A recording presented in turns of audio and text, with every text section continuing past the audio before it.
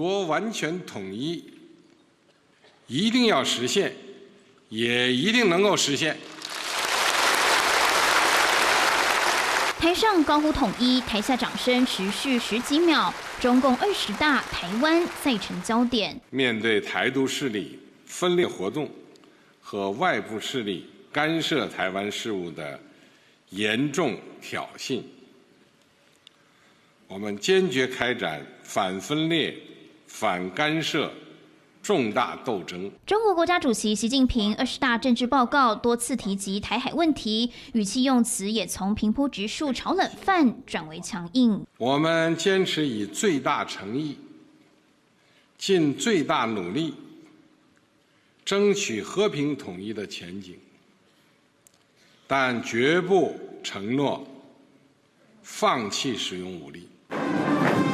绝不放弃武统台湾，不再提9·2共识，为台湾问题画下清楚红线，也为争取第3甚至第4任期开出支票。In terms of priorities for the Chinese Communist Party, the Taiwan issue is very high up on the list, probably just below the economic catastrophe that has been caused by zero COVID. 统一台湾是完成共产党历史大业。学者分析，台湾牌最能助攻习近平保住大位。20大后就是我国9合1选举，似乎刻意避免助攻所谓的台独势力。往年总是高调受访的20大台湾代表，今年安静坐在台下，异常低调。解决台湾问题是中国人自己的事，要由中国人来决定。解决台湾问题成为习近平下一届任期重点，但随着国际反中挺台声浪渐长，就怕开出的是空头支票，难以兑现，还拖垮自己的历史定位。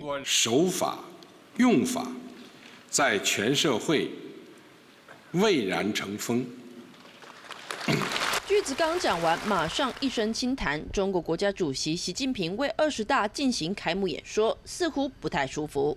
中国特色社会主义思想的世界观和方法论，不是喉咙卡卡，讲到一半忍不住屡屡轻弹，就是必须停顿喝口水。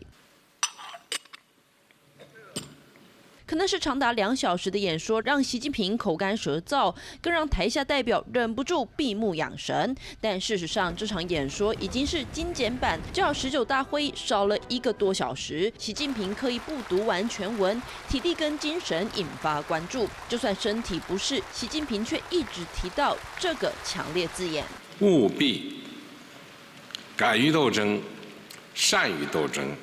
发扬斗争精神。2小时中至少提到18次斗争，是暗示党内斗争或要战狼外交再升级。但最自豪的习思想却不愿明讲。全面贯彻新时代中国特色社会主义思想。但会场后方的横幅却用红布大大写上贯彻习近平时代中国特色社会主义思想。习近平想继续领导中国的意图昭然若揭。